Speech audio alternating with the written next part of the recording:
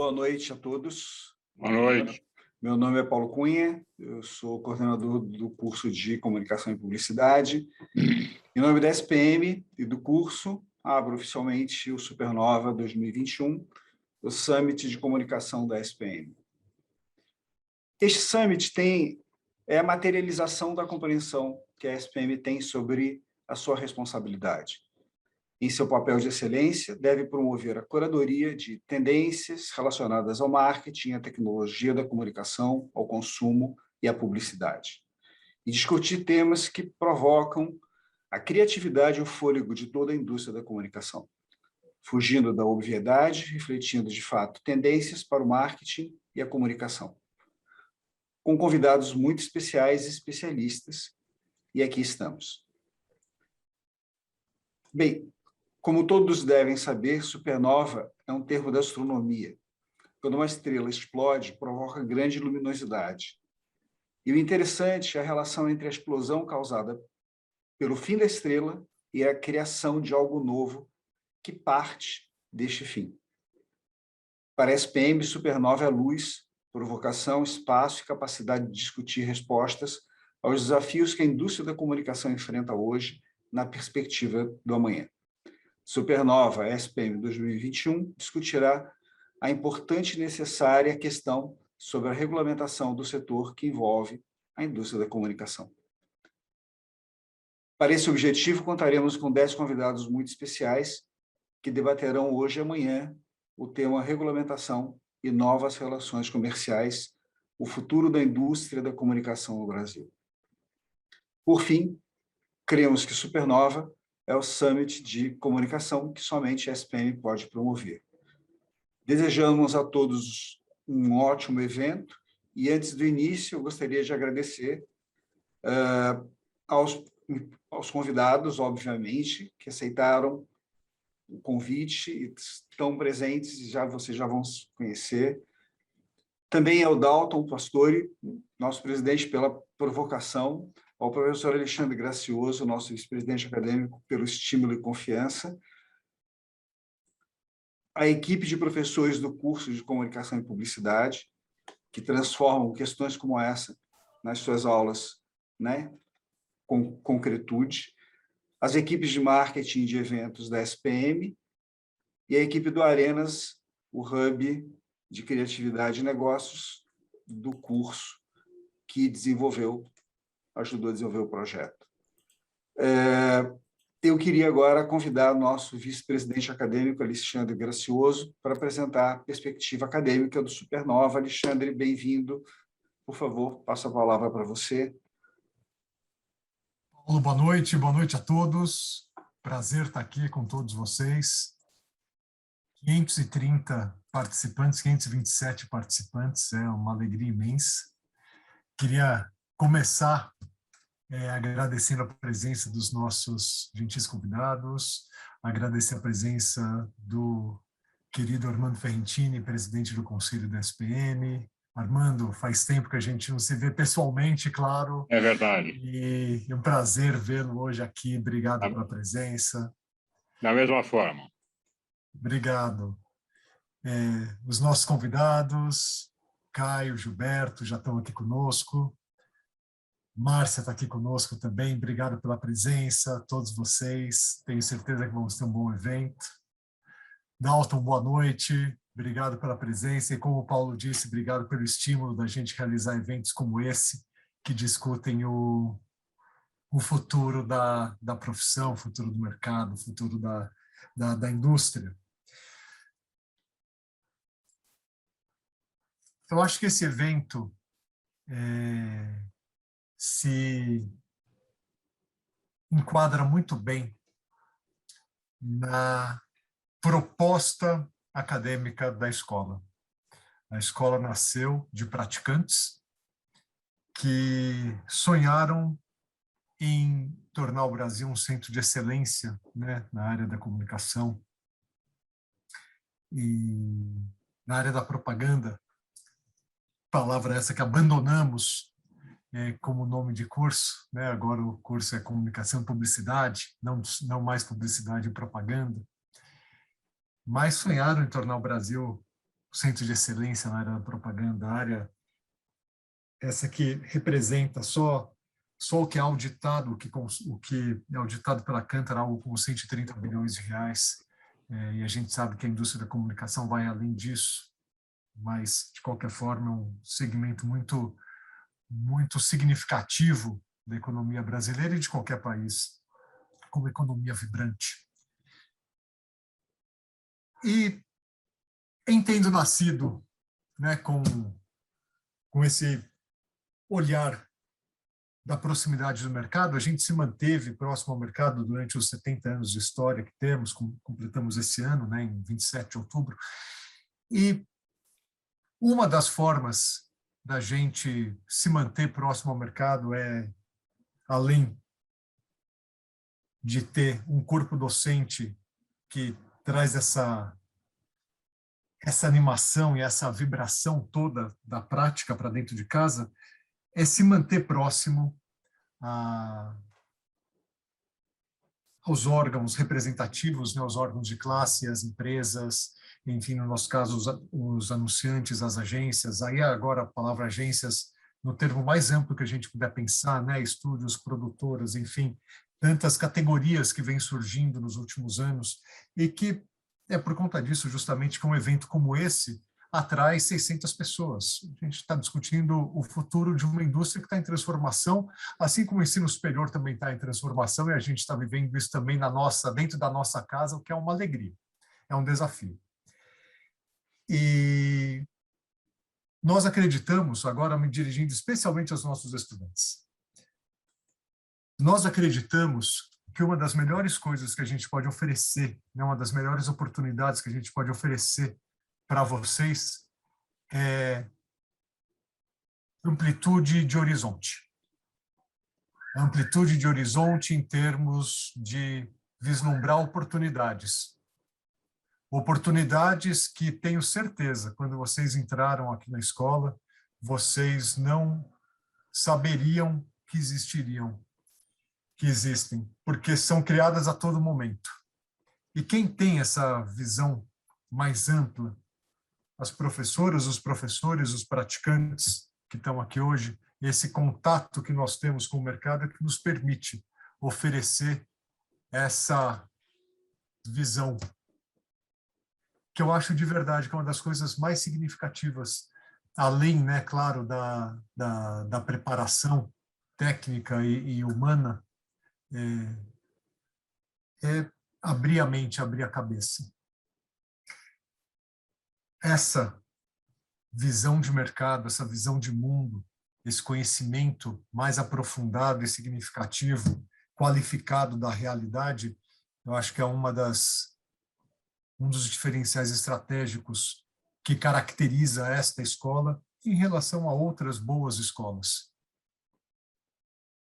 Essa sempre foi a proposta dos nossos fundadores e que quero crer, soubemos honrar nesses nossos 70 anos e continuamos honrando por meio de encontros como este, dos quais saem reflexões que são levadas para a sala de aula, são discutidas com os nossos estudantes, mas mais do que isso, são reflexões que os praticantes também levam para suas empresas, para suas áreas, para os seus universos de atuação e repensam as suas práticas. Então, eu acredito que a gente vem cumprindo esse papel com excelência que sempre nos foi característica. Então, agora finalizando, eu quero finalizar com agradecimentos, a começar pelo Paulo e a equipe do curso de Comunicação e Publicidade. Paulo, quando você e os seus colegas, né, do curso, quando receberam esse desafio, vibraram com o desafio. É um desafio mesmo.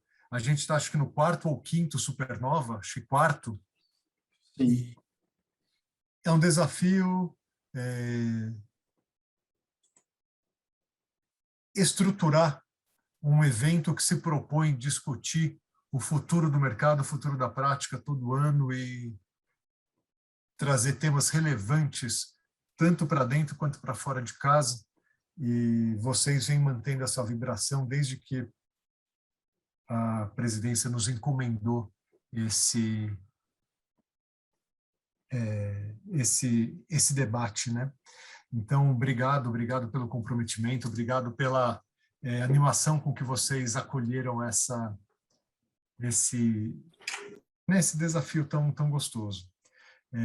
A todos da escola que contribuíram para que esse evento tivesse de pé, aqui a gente tem alguns desses representantes, na figura da Silmara, a figura da Luísa, e tem aqui uma janelinha fechada chamada Evento São Paulo, que eu não sei quem que está aí, mas que Acho que é o outro Bruno. colega da área. É o Bruno. Então, é o Bruno.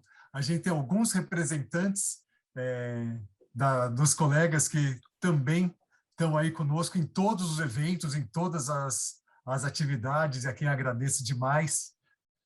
A gente não tem representantes, acho que de outras áreas importantes que participam também de todos os nossos eventos, como a área de TI, por exemplo, e a quem eu deixo aqui um abraço e o meu agradecimento. Então, mais uma vez, e para finalizar, agradeço aos nossos participantes, agradeço a governança da escola por nos incentivar, nos desafiar, mas ao mesmo tempo nos dar essa liberdade de ação para que a gente traga temas inusitados e promova debates saborosos como o de hoje. E agradeço muito os nossos 550 interessados que estão aqui hoje e que vão fazer esse evento brilhar. Paulo, te devolvo a palavra, obrigado mais uma vez e que tenhamos uma excelente noite, um excelente evento. Obrigado, Alexandre. Então, eu gostaria de chamar agora, né, os nossos convidados para a realização da mesa redonda. A proposta, né, da mesa redonda é discutir, tem um tema, vantagens e desvantagens do atual modelo de negócios e da regulamentação do setor. Tá? Essa mesa será mediada por Armando Ferrentini, que é CEO do Grupo PropMark e nosso conselheiro, e contaremos também com a participação de Márcia Esteves, que é CEO da agência Liulara TVWA, com Caio Barsotti, presidente do SEMP, e o Gilberto Leifert, que é consultor da Freeman Communication. Muito obrigado a vocês, deixo a palavra com vocês.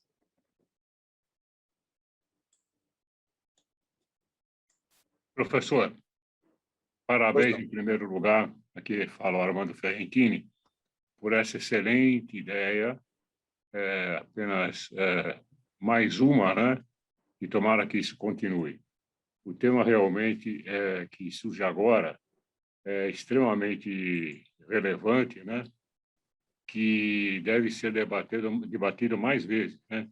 E eu começaria perguntando à mulher presidente que aqui está e que tanto nos honra, né? O trabalho sensacional que vem desenvolvendo a Márcia Esteves no comando da sua agência. Quais as vantagens e desvantagens de existir uma regulamentação para o setor? Um minutinho só, Márcia. A pergunta é feita dessa forma porque há muitos contras e muitos prós. Então, vamos ver se a sua opinião é de um lado ou de outro. A minha sempre é do centro, eu estou brincando. Gente, vamos lá que eu vou... Primeiro, antes de mais nada, Dalton, Alexandre, Paulo, Silmara, Luísa, Bruna, todos e todas da Escola Superior de Propaganda, obrigada de coração pelo convite. Para mim é sempre uma honra estar com vocês. Pouquinho antes da pandemia, eu estive presencialmente na SPM com a Silmara e posso dizer para vocês que cada vez que eu piso no campus, eu me emociono e tenho convicção de que o que o Alexandre falou abrindo a noite, né, de que essa escola nasce com o sonho de fazer o mercado brasileiro uma referência, um modelo, um exemplo, me traz a certeza e a convicção de que o sonho virou realidade e que eu tenho muita certeza de que daqui para frente isso vai ser cada vez mais consolidado no nosso futuro. Então, parabéns pelo evento, obrigada pelo convite. Naturalmente, Ferrentini, que saudade de te dar um abraço. Gilberto, Caio, que honra dividir esse painel aqui com vocês. E eu brinquei, Ferrentini, que eu sou do Centrão, porque eu acho que a gente só tem que dar um passo atrás antes de falar de vantagem e desvantagem, lembrando que a autorregulamentação ela foi criada pelo nosso mercado, para proteger o nosso mercado, para proteger as agências, os anunciantes, os veículos. Então, e ela fez com que o nosso mercado fosse, sim, único e invejado no mundo. Né? Quando a gente tem um mercado em que a gente explora a criatividade e tem a mídia trabalhando junto, e a mídia nada mais é do que uma forma muito clara de espalhar a nossa ideia ou a nossa mensagem em diferentes meios e canais, isso faz com que o nosso modelo seja único e faz, principalmente, quando a gente olha, saindo da discussão, mas ela é importante, com que nos últimos 20 anos as agências brasileiras estivessem entre as principais, as mais criativas do mundo, reconhecidas por Cannes, reconhecidas por diversas premiações, e isso só acontece por conta do nosso modelo. O modelo, então, se você me perguntar, não é que eu sou a favor, eu sou muito a favor. Eu acredito fortemente nele. Eu acho que quando a gente tem um SEMP, que o Caio vai falar muito melhor, um CONAR, né, espaços para que a gente possa discutir, a gente consegue construir melhor. Eu acho que a discussão que a gente vem tendo agora se trata muito mais de uma evolução do que uma quebra.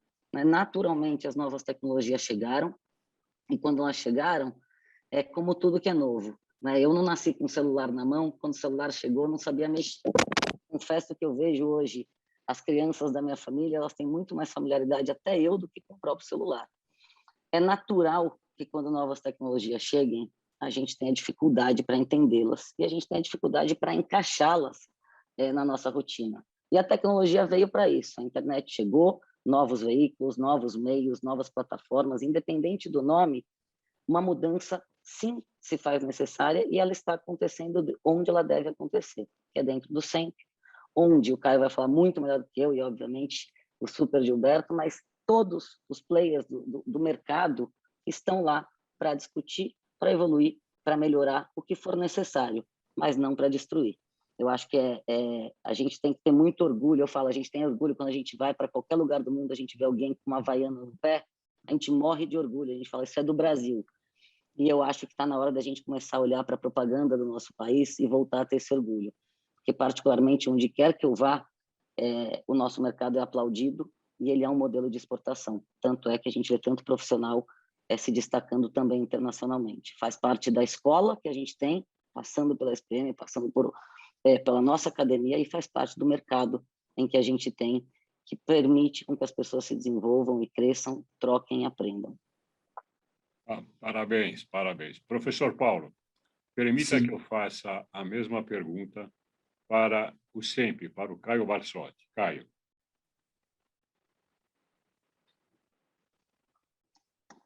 Quais as vantagens e desvantagens de existir uma regulamentação para o setor? Boa noite, Armando. Boa noite. Boa noite, Márcia, Gilberto. Que satisfação compartilhar esse espaço com vocês. É sempre oportunidade para aprender. Viva! Vamos aprender. Professor Paulo e Dalton, principalmente, muitíssimo obrigado pelo convite, pela oportunidade. Uma pena não estarmos presencialmente aí para que eu pudesse estar no campus de novo. Eu que fui aluno da escola, fui professor da escola, então é uma satisfação poder estar aqui e, quem sabe, compartilhar um pouco da experiência. Armando, eu acho que uma grande desvantagem que tem a autorregulação, nesse momento, é o fato de que muita gente desconhece a autorregulação. Desconhece os desafios que tem o ambiente de autorregulação. Acho que essa é uma desvantagem que nós temos e acredito que um evento como esse nos permita, no mínimo, despertar o interesse das pessoas para que elas procurem conhecer melhor o que significa, afinal, o que é um ambiente de autorregulação. Acho que uma outra desvantagem que existe, preferi começar pegando o gancho da sua pergunta pelas desvantagens, é que os atores que se dedicam e que se dispõem a compor o ambiente da autorregulação, muitas e muitas vezes, não veem as suas ideias e os seus projetos prosperarem. E essa, eventualmente, pode ser entendida como uma desvantagem. Mas, na verdade, é uma incompreensão, porque não prospera na autorregulação aquilo que não interessa a todos. E aí, Márcia, se você me permite, a gente usa muito esse verbo de proteger e tal, mas a autorregulação, mais do que isso, eu acho que ela incentiva, ela exige do nosso mercado um maior empenho, uma dedicação maior para a qualidade, um atendimento melhor aos anunciantes para que eles tenham melhores resultados e que os veículos e os meios, seja lá o nome que tiver, tenha também os melhores conteúdos. Então, eu aprendi com o Gilberto, eu vou roubar, Gilberto, acho que você até ia falar sobre isso, então eu vou me apropriar de um ensinamento seu. A autorregulação no nosso mercado, que já tem muitos e muitos anos de trajetória, só o SEMP está perto de fazer 23 anos, ela é, na verdade, um pacto pela prosperidade de todos aqueles que aderem e participam da autorregulação. Então, é muito mais do que uma proteção.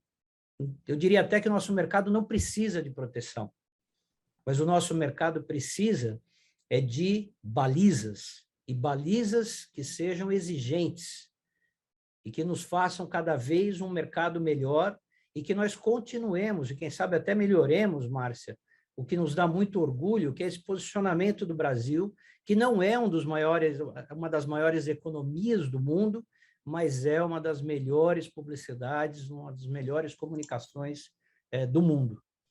Então, pegando um pouco o gancho das desvantagens, Armando, e agora falando um pouco das vantagens. Quando nós temos um ambiente desse, nós estabelecemos para nós próprios quais são as regras e quais são as penalidades quando nós mesmos rompemos as regras. E quando nós fazemos isso, nós criamos um ambiente, um fórum, que não só promove o desenvolvimento de melhores práticas, como também resolve problemas que, sem a existência desse fórum, estariam sendo discutidos na nossa justiça. Então, nós temos, de um lado, a vantagem de construir o regramento do mercado por gente que conhece o mercado, e, de outro lado, quando há qualquer tipo, como os advogados falam, litígio, mas a gente pode usar muito bem a desavença, nós resolvemos essas desavenças dentro do nosso próprio ambiente. Então, é um conjunto de vantagens que eu vou parar por aqui, para que a gente possa evoluir, porque senão eu não vou parar de falar. Então, mais uma vez, obrigado pela provocação e obrigado pela oportunidade de estar aqui nesse convívio. Ok, parabéns. Professor Paulo, para encerrar, da minha parte, pelo menos, a procura de respostas para essa questão, eu gostaria muito de dar a palavra ao Gilberto, que tem uma vasta experiência em entidades, agora é da ABERT, né? Gilberto, a palavra está com você. É uma satisfação muito grande encontrar com vocês. Cada um de vocês tem um vínculo com a escola que eu não tenho. Mas sabe que eu sou um quase ex-aluno. Por quê? Eu fui na Rua 7 de Abril me inscrever para o vestibular, era o último dia e não deu tempo de eu fazer a inscrição. Então, eu passei raspando no vestibular da ESPM e em todas as oportunidades que eu tive até hoje, eu curti imensamente participar das atividades da escola. Agradeço imensamente o convite, acho o tema importantíssimo e gostaria de começar dizendo que a autorregulação e a legislação da propaganda são heranças benditas que nós temos. Eu fui pesquisar um pouco para fazer essa palestra, essa conversa com vocês, e eu encontrei esse documento muito interessante. É o projeto de lei de 16 de agosto de 1961, está fazendo aniversário essa semana. que deu origem à legislação da propaganda, que deu origem à 4.680, que em 65 foi aqui, sancionada pelo presidente Castelo Branco.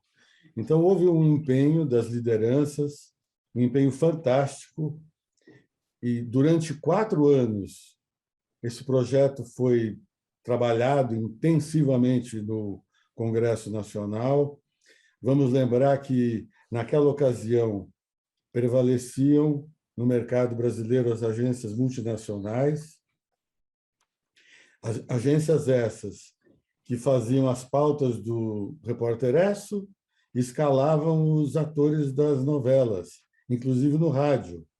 Então, o envolvimento do anunciante com a propaganda era muito maior, a necessidade de abrir espaço para as agências brasileiras, para os profissionais brasileiros, era uma aspiração que estava na ponta da língua dos publicitários, e isso aconteceu, então, e eu aqui afirmo, então, como eu reconheço como uma herança bendita, a lei, e mais tarde a tentativa do governo Fernando Henrique de promover a desregulamentação da atividade, quando os 20% deixaram de estar sobre a mesa, e muito rapidamente se articulou o esforço para que o mercado não ficasse desorganizado, para que o mercado não perdesse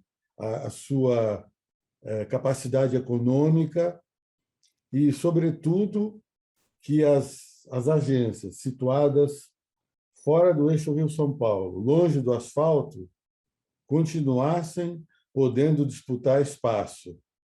Eu costumava brincar, no tempo que eu trabalhava mais próximo do SEMP, eu vou permitir contar essa historinha, chamando a atenção para o jogo de palavras que ela contém, que é o seguinte: eu dizia, o doutor Roberto Marinho ele tem um loteamento, eu trabalhava na Globo, ele tem um loteamento.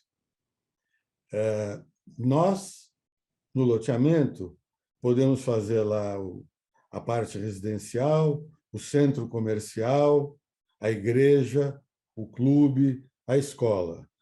Mas todos os demais terrenos em volta, que são os intervalos comerciais, a gente não sabe resolver. A gente sabe fazer os programas, que naquela metáfora, então, eram o clube, a escola, o posto de saúde e assim por diante. Então, temos esse loteamento e o cliente, quando vem comprar esse terreno, ele vai ganhar de presente o projeto arquitetônico.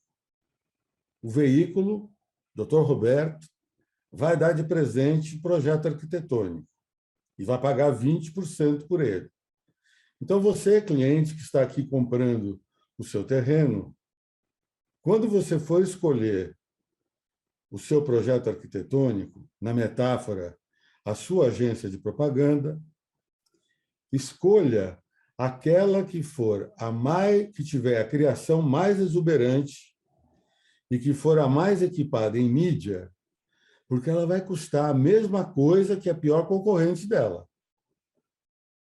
Os 20% são uma possibilidade, ou melhor, eles eram uma possibilidade para que agências de todos os portes pudessem disputar os clientes, houvesse uma organização do mercado, que pessoas como o Nizam Guanais, que gostava de andar de branco, ele podia ser babalorixá, médico, dentista, calista, podia escolher outras profissões para usar branco.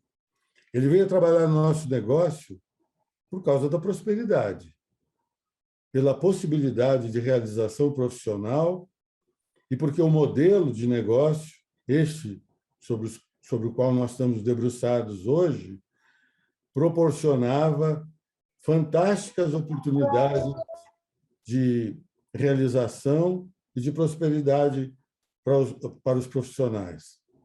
Assim, Foi com esse modelo, a partir da legislação da propaganda, que foi secundado pela autorregulação, que nós pudemos ter uma propaganda de primeiro mundo numa economia de terceiro mundo. Nós pudemos disputar Cannes em igualdade de condições com as corporações mais equipadas em criação no mundo.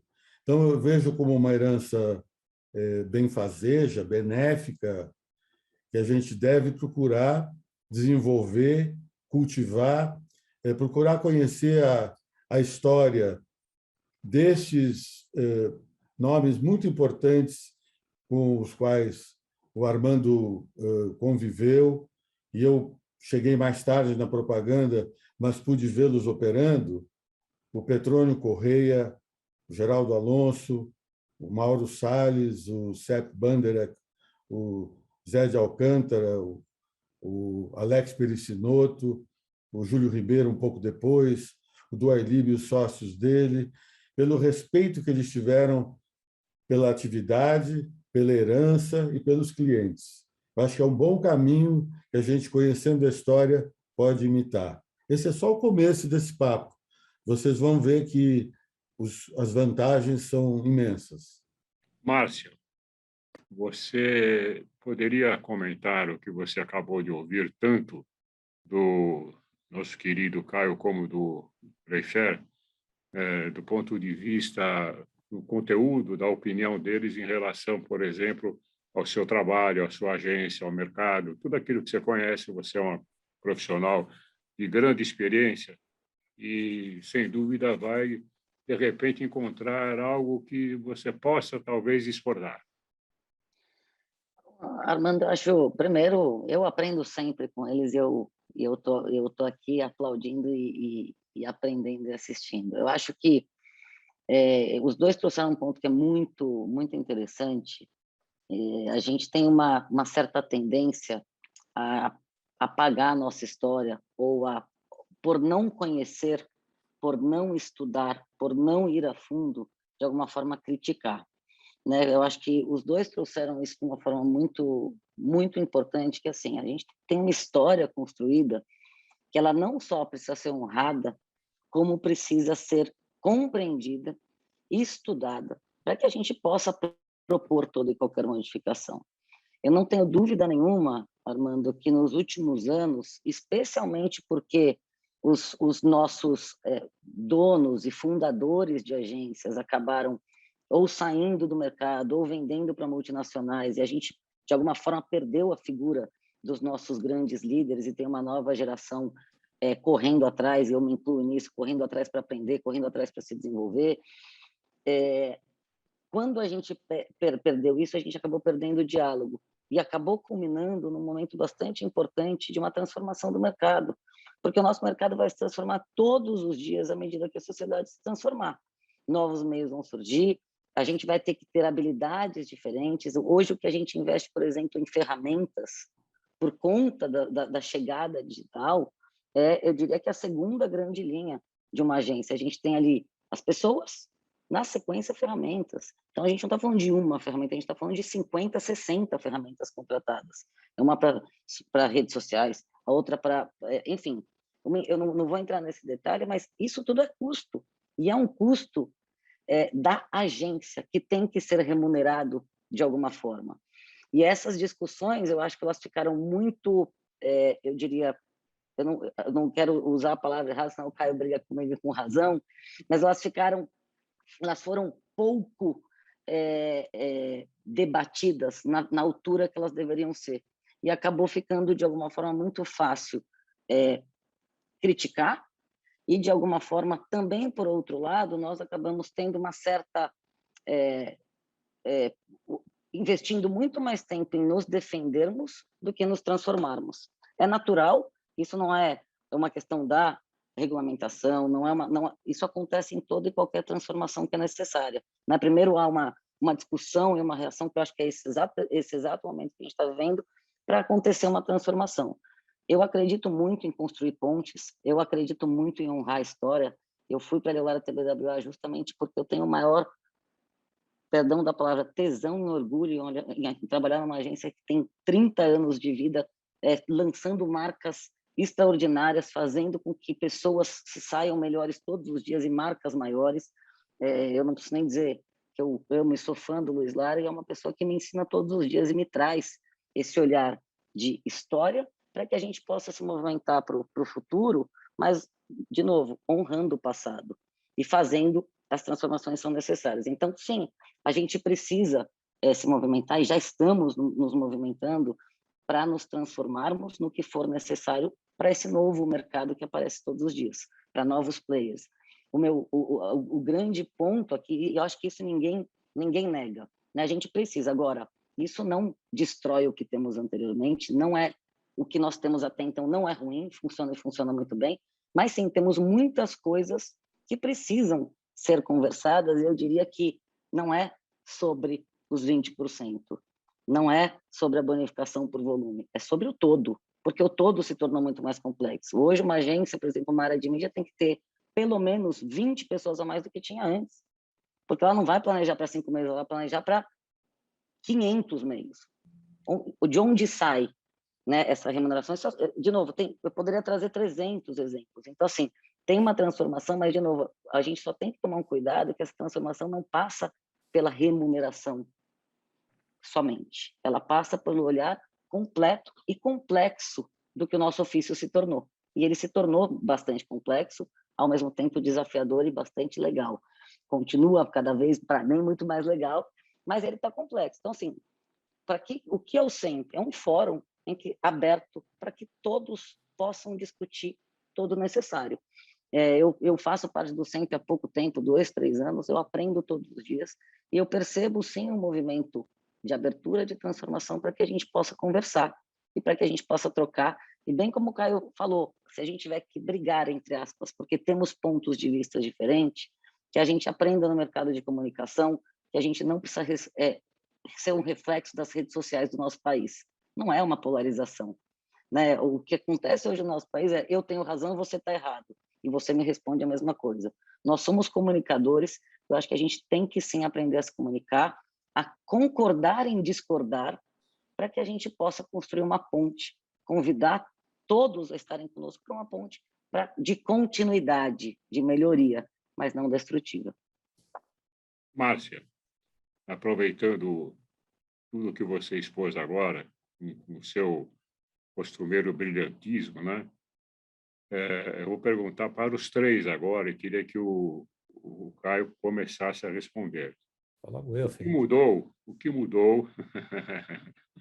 o que mudou nas demandas do setor que leva ao questionamento atual sobre a sua validade? Nas palavras da Márcia, ela concorda com muito do que vem sendo feito, né? É uma pessoa que dirige uma agência que tem um grande exponencial, né? Mas eu acho que cada um de nós, e cada um de vocês que tem que responder agora, inclusive a Márcia ao final, deve ter alguma observação a respeito dessa eventual mudança ou mudanças que provocam esse questionamento. Caio. Sabe, Armando, sua pergunta é excelente. Eu acho que a pergunta melhor é o que não está mudando. Tem razão. Então, assim, são muitas as mudanças. Eu acho que o que não mudou e que vai permanecer sempre nesse nosso ambiente de marketing e negócios é o desafio que as marcas têm de aproximar cada vez mais as suas marcas, os seus produtos, os seus serviços daqueles que podem consumi-los. E ninguém tem mais expertise para fazer isso do que uma agência de publicidade full service, que reúne ou tem possibilidade de reunir as diversas expertises, como a Márcia comentou agora, uma área de mídia hoje, ela exige um nível de expertise que não existia há 10 ou 15 anos atrás. Nós não precisamos ir muito longe. O que está acontecendo, me parece, é que o processo de mudança está muito acelerado. E a gente precisa achar mecanismos de acelerar também. E o que a Márcia referiu a respeito do ambiente é justamente o que está ocorrendo. Então, nós tomamos uma decisão no final de 2019 de Foi uma conversa que começou no final de 2018, início de 2019, mas no final de 2019 nós decidimos contratar uma consultoria de caráter futurista justamente para nos ajudar a compreender o cenário em curso e identificar quais eram as alterações de governança que uma entidade com as características do SEMP precisava para poder fazer frente à dinâmica atual dos negócios que está em franca transformação. Então, o fato é que talvez tenha passado desapercebido por nós as mudanças que já ocorreram no mercado, porque mudança é algo que é da vida, nós estamos mudando o tempo inteiro. Eu estou no SEMP há pouco mais de 10 anos e as normas já sofreram ajustes diversos, justamente para fazer adequações e fazer frente à realidade dos negócios. O SEMP não é vanguarda. Uma entidade de autorregulação, ela não é vanguarda. E acho que isso é algo que as pessoas também, às vezes, confundem. Por vezes, esperam de entidades de autorregulação, no nosso negócio, como o SEMP e o CONAR, que nós implementemos ou ditemos tendências. Não, o ambiente de autorregulação ele tem que ter capacidade e competência de compreender o ambiente de negócios para harmonizá-lo, criando condições para que ele melhor se desenvolva. Esse é o grande desafio daqueles que dedicam tempo, inteligência e energia dentro das diversas organizações dentro do SEMP. Comitês, grupos de trabalho, o próprio Conselho Superior, Conselho de Ética, são inúmeros organismos. Então, o desafio não é pequeno. E dentro desse desafio, há necessariamente o que eu costumo brincar que é o namoro de ouriço, né? Porque os interesses estão colocados na mesa. E nós temos que sempre estar trabalhando para encontrar a harmonia que existe entre os diversos interesses que promovam o desenvolvimento do mercado, que acelerem esse desenvolvimento, que tragam para o Brasil ainda mais prestígio e desenvolvimento econômico, que, afinal de contas, é para isso que a publicidade serve. Ninguém anuncia, como diz o escritor, ninguém anuncia por boniteza, mas por necessitude. Nenhum anunciante tem no seu objeto social, eu existo para anunciar. Não, ele investe em publicidade porque ele precisa de retorno. E um ambiente de negócios organizado, onde impera o compliance, é muito mais favorável a esse desenvolvimento do que um ambiente que não exista. Então, é evidente que, com tamanhos desafios e com essa complexidade que vocês veem atrás de mim, que são as entidades que mantêm o SEMP, encontrar essa harmonia, ou seja, no meio de todo esse desafio, é claro que uma entidade como o SEMP jamais, aliás, como qualquer outra, mas principalmente uma entidade como o SEMP, como o CONAR, jamais será uma entidade perfeita. Ela será sempre uma entidade em construção. Ela será sempre uma entidade sendo questionada, justamente o seu motor de mudança, de transformação. E o que a gente está vivendo isso é hoje. É isso que nós estamos vivendo hoje. Agora, o que acontece ao longo do tempo é que determinadas pessoas têm maior ou menor dificuldade de compreender esse ambiente. E, por vezes, essas pessoas criam ambientes que levam a uma percepção de ruptura, quando, na verdade, ela não existe. Tanto não existe que nós estamos aqui conversando sobre isso.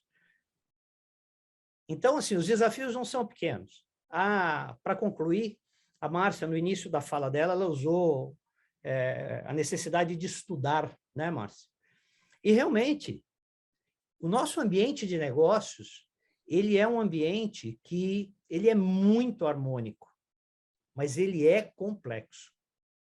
Eu diria que ele não é um ambiente para amadores, ele é um ambiente para profissionais. E para se tornar profissional, você precisa se dedicar e precisa estudar. Compreender o que significa, quais são as agendas de entidades como essas e tantas outras, que o nosso mercado é muito bem organizado institucionalmente, felizmente. Uma das boas heranças, dentre aquelas que o Gilberto destacou. Então, é necessário estudar. Nós precisamos compreender a nossa história por duas razões. Primeiro, para a gente não cometer aquele equívoco de pegar a banheira com o bebê dentro e jogar o bebê com a água suja. Não, nós queremos só jogar água suja fora, sempre. Mas o bebê, que é o bem mais valioso, nós temos que preservar. Ou então, como aquele que chega no escritório e acha que a cadeira está muito alta e resolve serrar o pé da mesa. Então, nós temos que compreender a história para que a gente não cometa equívocos como esse. E também para que a gente não repita aquilo que já foi feito e que está construído. Ou seja, para que nós possamos fazer uma crítica bem feita, nós temos que conhecer aquilo que nós estamos criticando, para que a gente possa oferecer contribuições, para que o mercado no qual nós estamos inseridos continue a se desenvolver, continue a prosperar. Minha família toda é de publicitários, então eu sou suspeito para falar. Mas eu acho, Armando, que, desculpa se eu me alonguei demais, Não, foi ótimo. mas eu acho que o ambiente ele é bastante complexo, e as mudanças estão aí, elas estão sussurrando o tempo inteiro atrás da gente. E nós vamos ter que ser capazes, e eu não consigo imaginar outro ambiente que pode ser capaz de resolver isso se não for um ambiente que foi construído para isso. O CEP foi construído para isso, assim como o CONAR também foi construído. Foi construído para que as partes encontrassem um ambiente onde pudessem discutir abertamente as suas diferenças e encontrar aquilo no que são iguais. Encontrar os objetivos que são comuns. Então, esse é o ambiente. Não adianta a gente atirar pedra nele, nós temos que melhorar ele o tempo todo. Muito obrigado. Ok, eu é que agradeço. Gilberto, a sua vez. O Otto Lara Rezende, o escritor mineiro, ele dizia que no Brasil as leis são como vacinas, umas pegam, outras não. Aliás, bem na ordem do dia, né, falar em vacinas. Estamos vendo.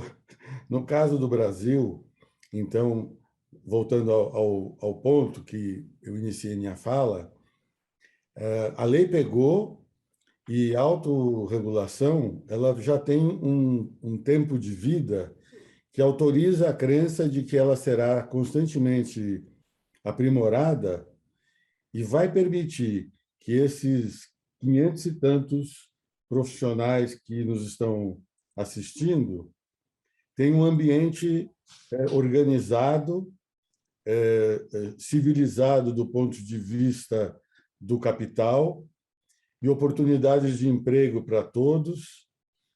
A democratização da comunicação no ambiente de internet, ela provocou grandes distorções, a meu ver. Então, hoje, por exemplo, a figura dos influenciadores, eu vejo com muita reserva a atuação deles no ambiente da propaganda, por exemplo, porque esta complexidade, peculiaridade do nosso negócio exige cada vez mais profissionais. A comunicação é um trabalho para profissionais. É verdade que eles podem vir de diferentes profissões, ambientes, mas a atividade de comunicação profissional, a indústria da propaganda, a indústria da comunicação, ela é um trabalho para profissionais. Ela depende e dependerá decisivamente das escolas e depende decisivamente do empenho das pessoas em enfrentar esses enormes desafios a que a Márcia se referiu do ambiente profissional.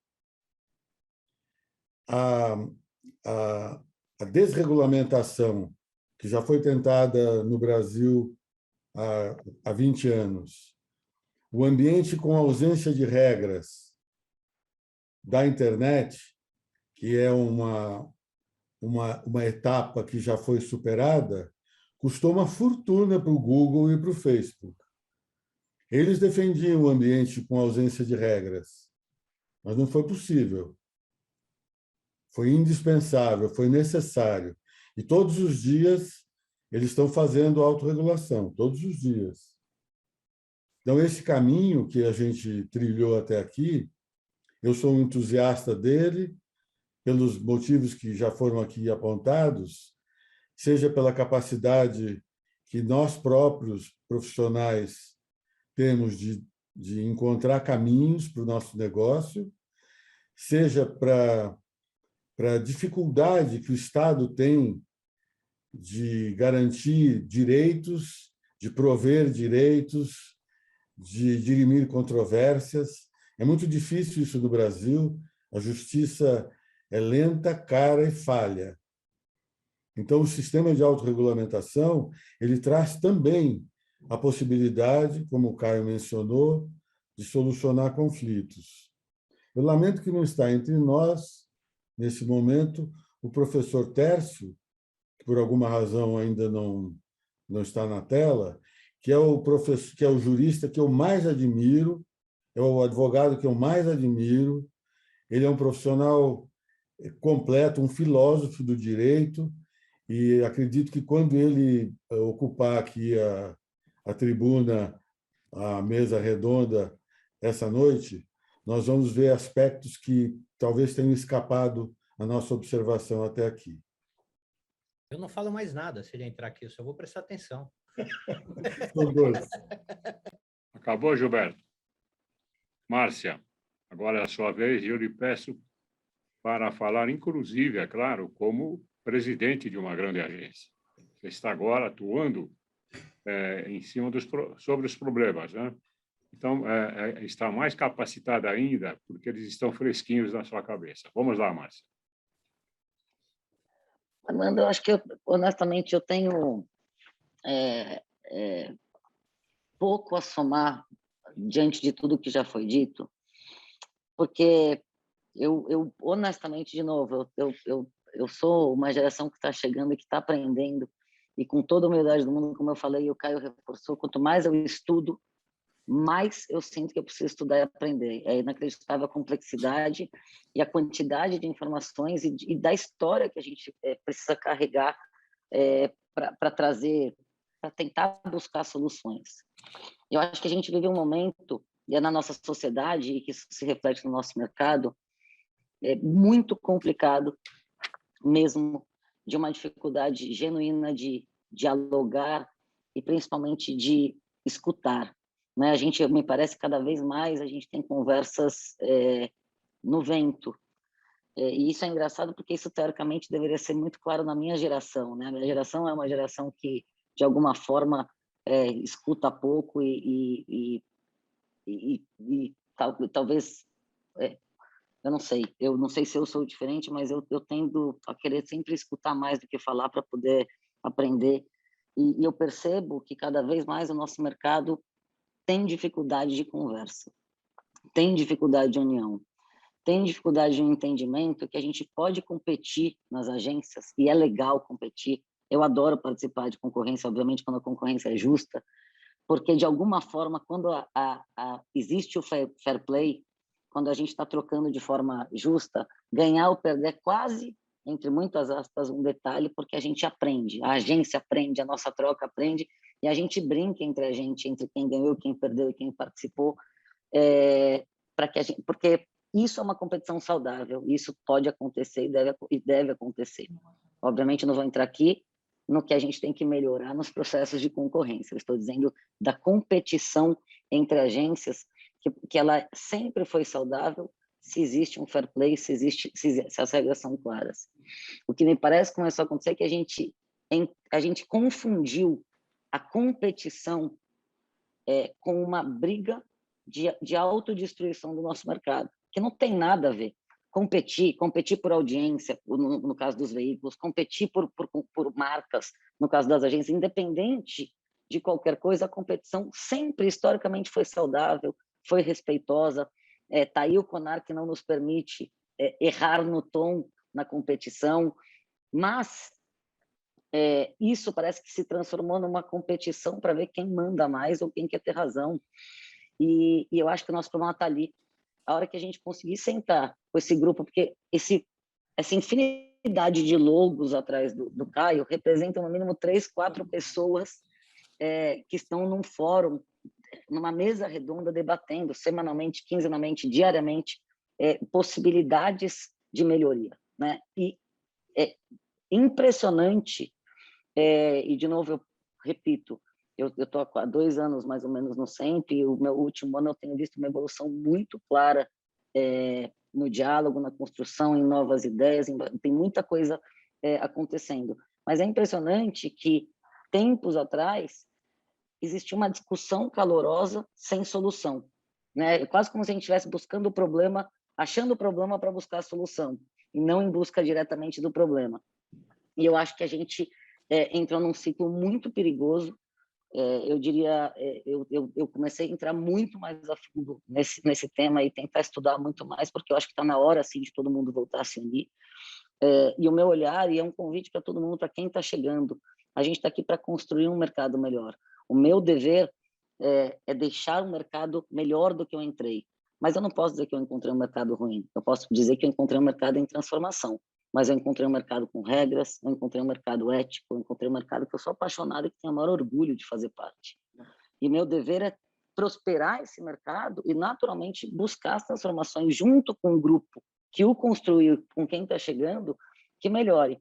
Então, honestamente, eu acho que a gente não está fazendo a pergunta certa para encontrar a resposta certa, porque, com toda a humildade do mundo, eu acho que os comunicadores do nosso país perderam a capacidade de dialogar e de combinar. E aí vira um ataque e uma loucura que a gente faz com que essas 500 pessoas que estão aqui, eu diria mais milhares de estudantes, discutam se querem ir para uma agência, por exemplo. Eu escuto isso direto.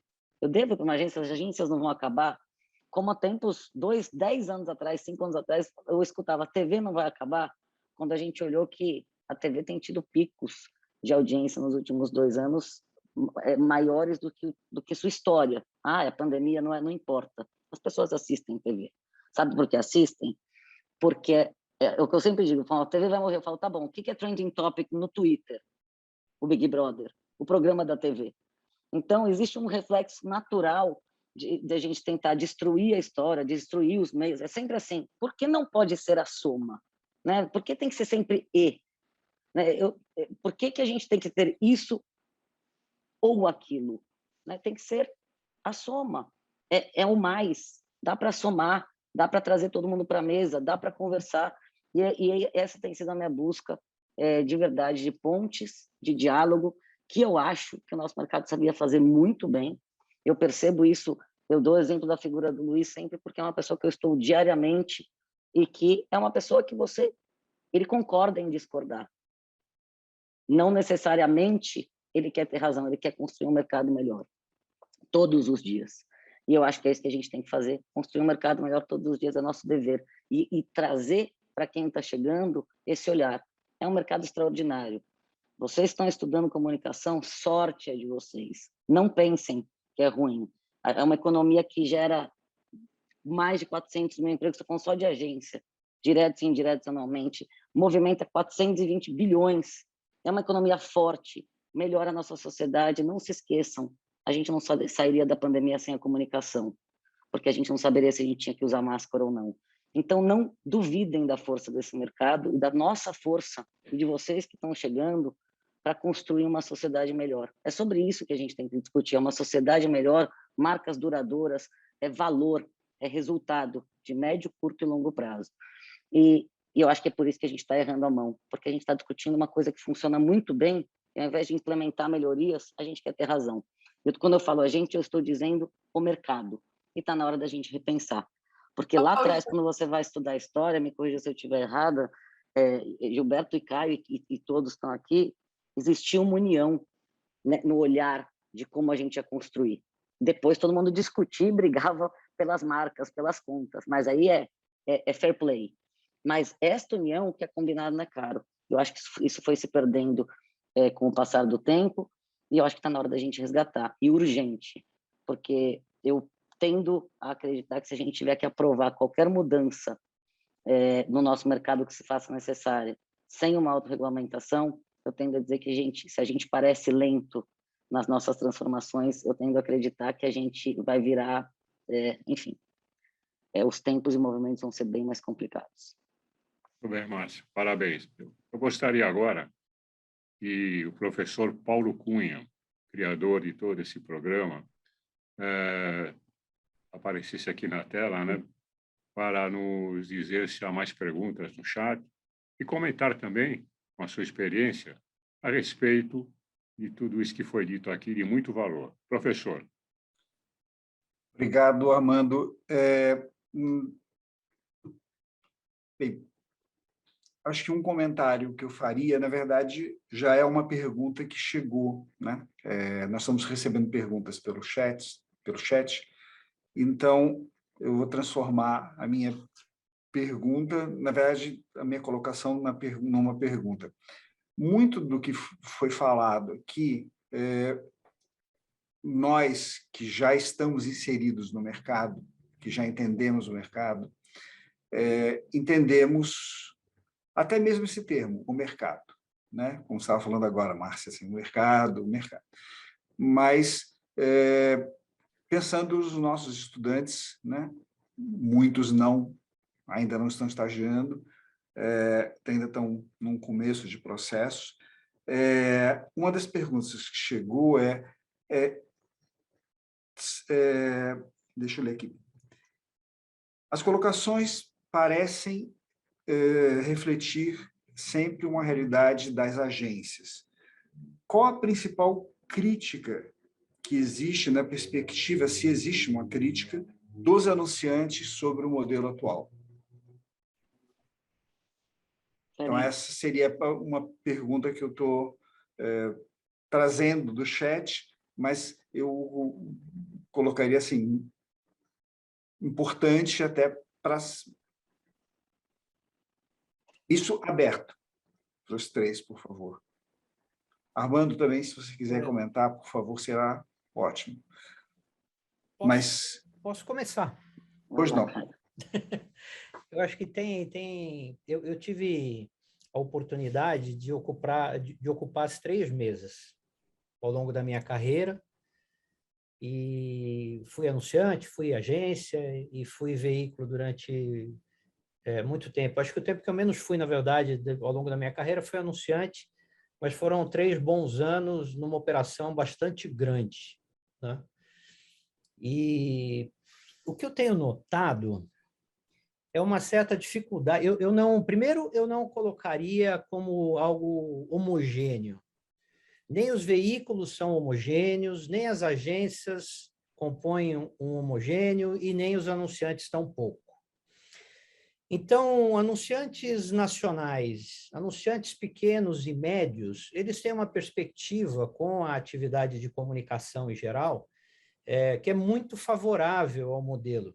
É bom que se diga que o Monitor é um estudo da Kantar, né, o Monitor Evolution, ele identifica a movimentação superior a 100 mil anunciantes por ano, operando com aproximadamente 800 veículos. Alguns diretos, né, alguns anunciantes operando diretos e outros operando por meio de agências. Então, é um número muito grande num país continental. Então, acho que a primeira coisa que vale aqui é a gente observar que não há um amálgama em nenhum dos setores e nenhum dos elos dessa cadeia. Dito isto, alguns anunciantes, que eu noto, principalmente anunciantes grandes e multinacionais, enfrentam no Brasil um desafio que eles não enfrentam em outros países. Que mesmo não conhecendo os outros ambientes regulatórios, eu quero crer que não são desafios diferentes. Né? O sistema trabalhista daqui, sabidamente, é muito diferente do sistema trabalhista americano, por exemplo. Mas quando uma multinacional aporta no Brasil, ela aporta no Brasil e adequa suas relações de trabalho a todo o ambiente regulatório de trabalho. Apenas para fazer uma comparação. No ambiente de comunicação, nós não encontramos, em nenhum lugar do mundo, um ambiente onde exista legislação, que foi essa primeira lei que o Gilberto comentou logo no início desse debate, que organizou todo o ecossistema, gerando a necessidade da existência do CONAR e, posteriormente, a existência de uma organização como o SEMP. Então, quando esses anunciantes multinacionais grandes, que têm operações espraiadas por vários países, aportam no Brasil, eles, obviamente, por desconhecerem o ambiente de negócios, eles o tratam com certo estranhamento, porque, afinal de contas, eles não têm essa realidade em nenhum outro lugar. Nós não encontramos nenhuma experiência de autorregulação ético-comercial como sempre em nenhum lugar do mundo. Então, eu chego num ambiente como esse, eu quero trazer o know-how que eu tenho de qualquer outro país para cá. E aí ele enfrenta dificuldades como ele enfrentou, muito provavelmente, com relação às relações de trabalho que eu usei como exemplo. Não por outra razão, o SEMP tem boa parte dos seus materiais em inglês e espanhol, com audiovisuais, inclusive, que ajudam a esclarecer como é que funciona o ambiente de negócios aqui. Que ele dispõe de um ambiente combinado de legislação e autorregulação. E não são poucos os casos de multinacionais que me procuraram, com gente vindo de fora, para conhecer melhor o ambiente. E se adaptou. Mas tem uma série de outros anunciantes que têm dificuldade nessa adaptação. E eu considero compreensível essa dificuldade. O que é mais difícil de compreender é por que, com tanta informação, ainda há dificuldades de adaptação e geram questionamentos. E isso que é difícil compreender. Mas eu acho que é preciso deixar bastante claro que não é uma crítica dos anunciantes, não. É uma crítica de uma parcela relevante. Eu atribuo que aproximadamente 1/3, talvez, do volume total dos negócios publicitários advenham de grandes empresas multinacionais, então não é algo qualquer, não é algo que a gente deva relevar como algo menor, mas eu acho que reside um pouco aí, nesse descompasso que há entre o desejo de implantar no Brasil algo que a nossa legislação não permite. Porque não é um ambiente de autorregulação, isso precisa ficar bem claro. O primeiro compliance que essas empresas enfrentam é o compliance da legislação federal, que são 2 legislações. Essa lei basilar, que o Gilberto comentou, mas também a 12.232, que regula o processo de contratação dos serviços de publicidade por órgãos públicos, também dá providências com relação ao ambiente de negócio, inclusive tributário.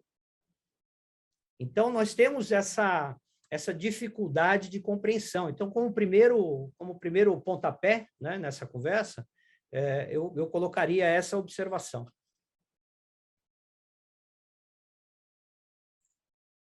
Obrigado, Caio. Márcia, Gilberto. Eu tendo a somar, acho que o Caio trouxe um ponto muito, muito verdadeiro e muito discutido, mas eu acho que há também, por parte de alguns anunciantes, a gente tem que tomar cuidado para generalizar, mas sim, existem alguns anunciantes que têm discutido muito o modelo de remuneração. Eles sentem uma ausência de transparência, e especialmente quando a gente fala de bonificação por volume, e eles querem, entendem e buscam essa transparência,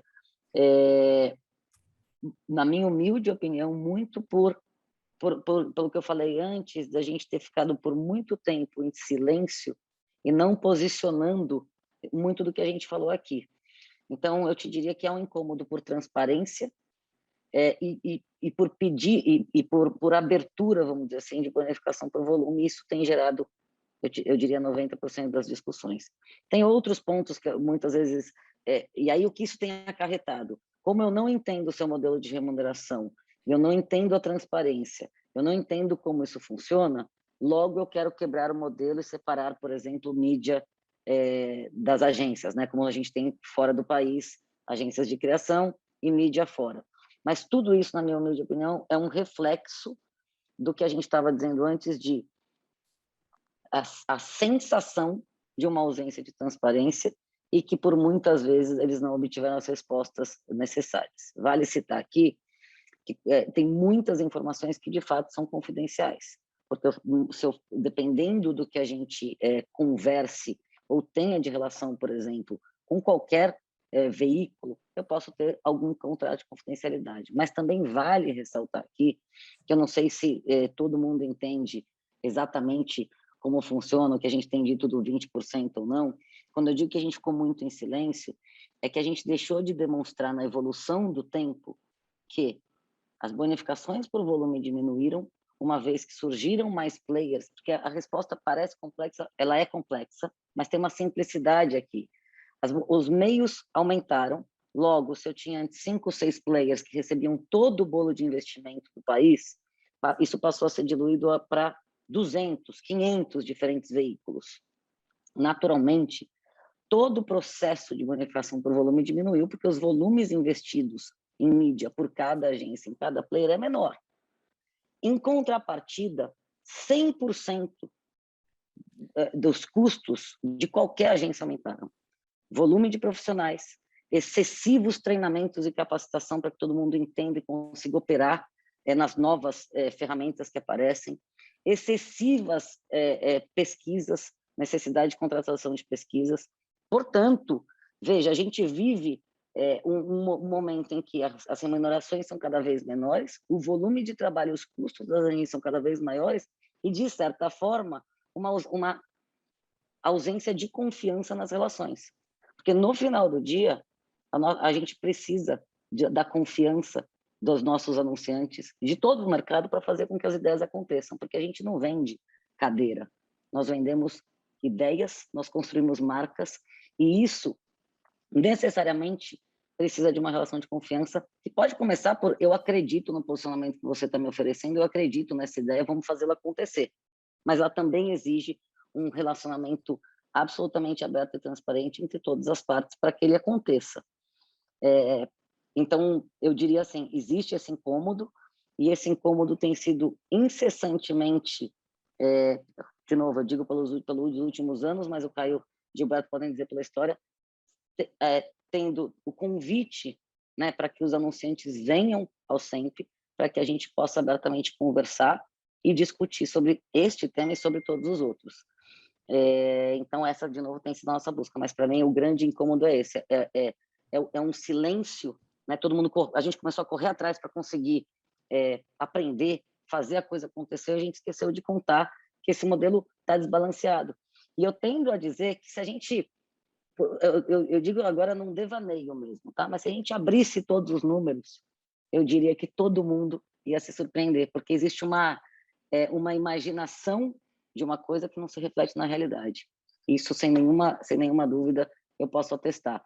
Agora, a forma como a gente vai conduzir daqui para frente, de novo, tá todo mundo convidado para ser escutado, para que a gente possa ouvir os incômodos e resolvê-los. Vou ver. Gilberto, se incomoda de eu atravessar o samba aqui? Não é à toa que a Márcia é uma das nossas mais destacadas jovens líderes da atividade. Super. Parabéns por ter colocado o dedo numa feridona, né, que a gente precisa colocar, e não tem problema nenhum colocar. Né? Falam do plano de incentivo, né, apelidado lá atrás de bonificação de volume, ou BV, né, como se fosse o Judas da atividade, né? E eu acho que é uma oportunidade bacana aqui de tratar disso, porque isso não é um santo graal de ninguém. Não... É importante que vocês saibam, primeiro, que isso está nas normas do SEMP desde que o SEMP surgiu. Então, nós estamos falando de uma história de quase 23 anos em que o plano de incentivo estava lá. Aí a Márcia comenta sobre a transparência. Faz sentido. Então, em 2010, ou melhor, 2008, o SEMP aprovou um anexo, que é o anexo C, que tem lá as regras de como funciona o plano de incentivo para qualquer veículo de comunicação que desejar implementar. É possível dar mais transparência ainda? Na minha modesta opinião, e eu sei que a Márcia concorda, dá para a gente tratar um pouco mais dos fundamentos, dá para a gente deixar mais claro que o recurso que circula entre o veículo e a agência, ele é contabilizado de ponta a ponta, que esse recurso sai do caixa do veículo e não de um negócio particular de um anunciante. Dá para a gente tornar ainda mais transparente que um dos principais elementos do plano de incentivo é a segurança financeira do negócio, ou seja, a agência, para fazer jus a um plano de incentivo, ela tem que cumprir os prazos de pagamento, ainda que o anunciante atrase. Isso não é incomum, infelizmente, de acontecer, porque problemas financeiros ocorrem o tempo todo, para lá e para cá. Então, tem uma série de coisas que nós podemos deixar transparente. Como já é transparente que o veículo oferece um plano de incentivo para uma agência, se ele quiser, e pelo tempo que ele quiser, ele pode romper essa relação do plano de incentivo a qualquer tempo, da mesma maneira que a agência de publicidade aceita ou não participar do plano de incentivo. Isso é transparente já. Então, volto a insistir, eu acho que falta, Márcia, vou voltar ao verbo que você usou, falta estudar e compreender quais são os limites legais da privacidade que existe entre pares num ambiente de negócio. Muito bem. Se os anunciantes criticam o plano de incentivo, eles o fazem, muitas vezes, pelo possível viés, olha onde nós vamos chegar, que uma agência pode ter na elaboração técnica, só fala isso quem não conhece um plano de mídia, quem nunca viveu a aprovação de um plano de mídia. Eu, enquanto trabalhei em agência, mesmo em anunciante, nunca aprovei a terceira versão de um plano de mídia. Não me lembro. Era sempre a quinta, sexta, sétima versão do plano. Tal o nível de participação que os agentes dos anunciantes têm num plano. E isso também pouca gente para observar. A outra coisa que já vou voltar no que eu estava dizendo, outra coisa que pouca gente para observar é que o plano de mídia, que é um exercício intelectual, organizacional de uma ação de publicidade, ele só é executado pela agência depois que o cliente aprova o plano. A agência não faz qualquer contrato, ela não pode, ela é impedida por lei de fazer qualquer contratação sem que o cliente autorize antes. Então, voltando à questão que eu estava dizendo, bom, a agência recebe recursos dos veículos de comunicação por meio de plano de incentivo, e isso pode levar a um enviesamento técnico do plano, favorecendo aqueles veículos com os quais ela mantém uma relação de plano de incentivo. Por que você aprovou o plano? Primeira pergunta. Se você tem dúvida da sua agência, pegando carona no que o Gilberto falou a respeito do modelo de remuneração, por que você ainda não substituiu essa agência, sendo que não tem custo nenhum adicional com isso? Então, eu tenho a impressão, Márcia, eu concordo plenamente com você. Falta estudar e falta conhecer os fundamentos do plano de incentivo para que isso deixe de ser um fantasma, porque ele não é um fantasma. O plano de incentivo é reconhecido pela Organização de Desenvolvimento Internacional do Comércio, pela OCDE. Como é que pode? Deixa eu falar, Caio. Sistema captado. Obrigado, viu, Gilberto? Desculpa atravessar Não, o sistema. eu queria falar exatamente porque, para deixar também claro que o SEMP não tem nada a ver com o plano de incentivo. No anexo que cuida do assunto lá no SEMP, está dito que isso aí é veículo com agência. Não tem regulação externa. Como é ato voluntário, é uma disposição, como o Caio assinalou, um dinheiro que sai do caixa do veículo e vai diretamente para a agência, não faz sentido que um terceiro tenha qualquer tipo de ingerência. E foi assim no SEMP e tem sido assim. Acredito que ainda é assim. Os veículos têm liberdade para instituir os planos e as agências para participar ou não. Quando eu trabalhava na NPM, que foi uma grande agência nos anos 70, 80, depois ela se tornou uma multinacional, foi minha a sugestão de introduzir na carta acordo com os clientes um disclosure da agência dizendo: esta agência participa de planos de incentivo instituídos por veículos de comunicação. Ela não abria mais nada, mas já foi o primeiro passo para ela dizer que ela mantinha esse vínculo com os veículos. No tempo que eu trabalhei na Globo, foram 30 anos, recentemente, que eu saí, nunca um anunciante nos procurou para dizer assim: olha, eu sou o presidente do cliente, esse aqui é o presidente da minha agência, nós viemos aqui porque nós vamos assinar um papel aqui na sua presença. Eu que cuidava do plano de incentivo, né? Estamos aqui na sua presença para renunciar ao plano de incentivo. Não é, agência? É, sim, senhor. Então, o cliente está dizendo que a agência vai renunciar e a agência vai assinar. Nunca. O que eu vi foi anunciando dizer como é que eu faço para participar disso. E nunca se abriu essa oportunidade, que, por definição, é incentivo a agências para os clientes. Eu acho que o aviltamento do valor das ideias na mídia digital é um grande problema que eu gostaria também de ver tratado aqui, mas também ver tratado aqui que o ambiente digital trouxe, com a sua revolução, oportunidades incríveis. Enquanto a Márcia falava, eu tentei achar aqui um dado, que é o seguinte: no BBB 2020, o BBB 2020 entrou para o Guinness porque ele recebeu 1.532.944.337 votos.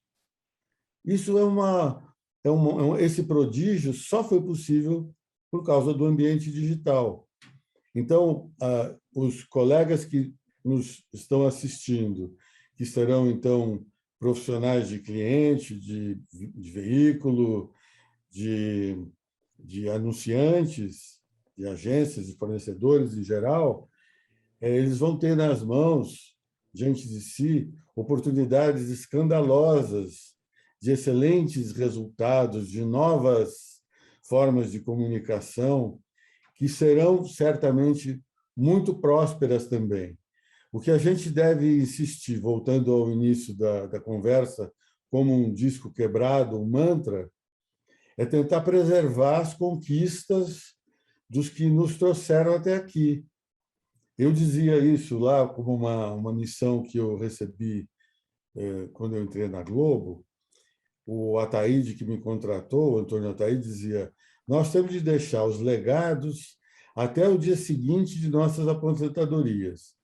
Então, eu defendi os 20% de agência, eu defendi o plano de incentivo, eu defendi o prêmio de criação, que, afinal, a grande ideia ela merece todo o reconhecimento profissional e mesmo material. Todo mundo busca a grande ideia. Todo mundo, em igualdade de condições, pode ter uma grande ideia. Papai do Céu deu isso para todo mundo. E quem está na escola de propaganda vai adquirir ainda o instrumental indispensável para jogar até muitas boas ideias fora. Então, acho que a gente, voltando aqui para o ponto de partida, sem querer esgotar o tema, porque ele não se esgotará, essa autorregulação que está aí, ela não cobre ainda adequadamente tudo de novo que surgiu, mas, como a democracia, ela tem muitos defeitos, mas a gente não inventou nada melhor ainda. Uma última... Tem tantas perguntas interessantes aqui que, assim, talvez eu encaminhe diretamente, depois, se vocês permitirem, para vocês. Mas tem como se tocou bastante, né, no tema, na questão, né, financeira, né, surgiu uma pergunta, e eu colocaria, talvez, da parte do chat, das perguntas recebidas, como a última para vocês. E a pergunta é: hoje, no ambiente de economia livre, cabe regulamentar preços?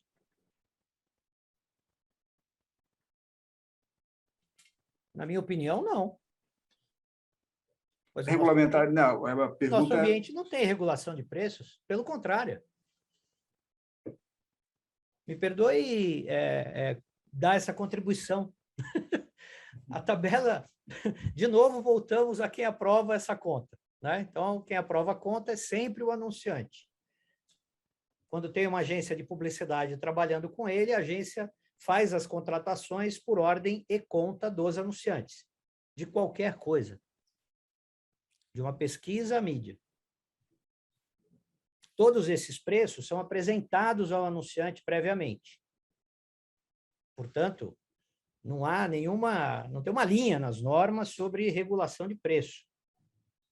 A tabela de preço dos veículos, as listas de preços, no Brasil, elas são obrigatoriamente públicas e nacionais. E elas são públicas. A agência de publicidade, como uma agência talentosa como a TBWA, a Liu Lara, ela faz prepara o plano de mídia, aprova toda a concepção depois da ideia resolvida ou simultaneamente a isso, e ela negocia com os veículos de comunicação, como ela negocia com as produtoras, como ela negocia com todo mundo envolvido no processo de execução de uma campanha, e apresenta todos esses custos, todas essas negociações realizadas com os clientes. O desconto padrão de mídia que remunera a agência só advém depois do serviço realizado, ou seja, depois que a campanha foi veiculada. Antes disso, ele é uma abstração. Esse dinheiro não existe. Ele só vai existir objetivamente para a agência depois que a campanha cumpriu o seu ciclo. E no caso de produção, não é diferente, porque a agência de publicidade cobra honorários para que ela opere toda a operação da produção e, principalmente, seja responsável pela qualidade final da produção.